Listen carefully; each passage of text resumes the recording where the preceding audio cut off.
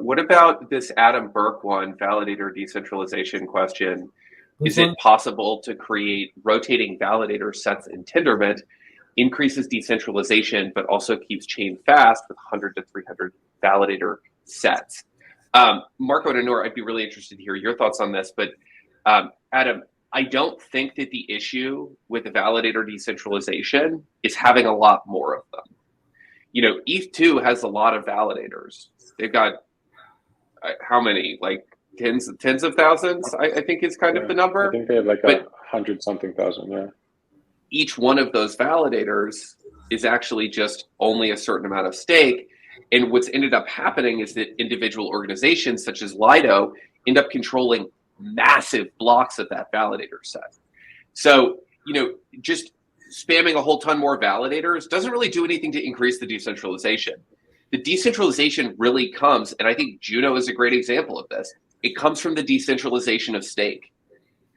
Governance will always be driven by this stake weighting, and the security of the network is only as good as the security of the decentralized stake that sort of drives it. This is one of the reasons the Cosmos Hub has such great security, is because the stake is fairly decentralized, and the set of actors who came together to make the Cosmos Hub sort of, it's this unique moment in like 2017 crypto before that huge run up, people who were really into the community, and like that's why the Cosmos Hub is unique.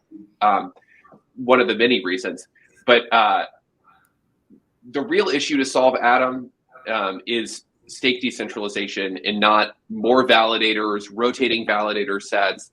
That all kind of like polishes around the edges of the core problem. Marco, or do you guys have thoughts on that one? Yeah, Oh, you go first. Yeah. I have a ton of thoughts on that. So I actually started out as a miner. My journey into Web3 started as a miner. And while like Bitcoiners will claim that they're the most decentralized and everything, I mean, guess what? There's like, what, 7, 8 pools? I didn't run my own node to propose the candidate blocks. I was just using pools that I submitted my shares to. So what I want to say is, even if on paper it looks decentralized, if you look behind the scenes, what Jack said, if there's a centralization layer in this case in the pools, it doesn't mean anything. The pools are run by like 10 people or something. So in that sense, I think Vitalik had a post, The Meaning of Decentralization, where he was talking about technical decentralization, political decentralization, and I think also geographical decentralization.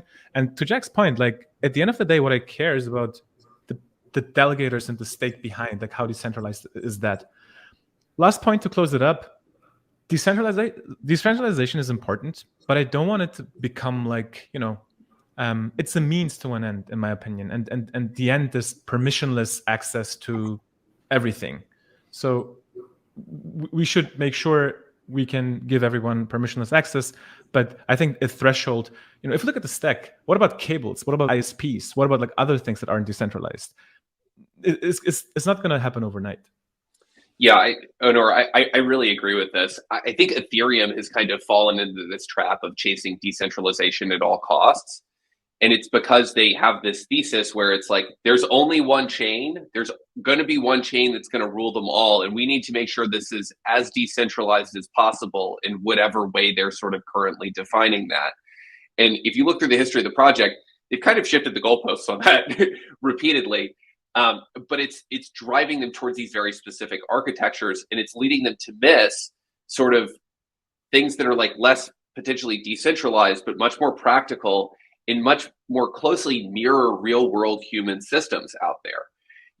Real world human systems look a lot like Cosmos chains. There's individual companies with their own cap tables and their own power structures that are then sort of engaging with each other on a peer-to-peer basis. And like, that's the world that Cosmos creates. Like, we built that programmatically.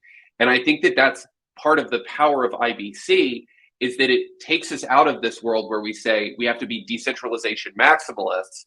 It puts us into this world where the system encourages this decentralization, encourages people to exit and start their own token distributions, encourages people to experiment with new token distributions, the people who really care about those things, and then the people who just want to get business done and just want to do X thing and do it really effectively, they can have this very centralized chain that ends up engaging with all of these decentralized communities, and we get more of this spectrum of power that much more accurately models what we have in the real world. And like, I think that is clearly, I think that's the way that it's going to end up working out, and I think the market's showing us that right now.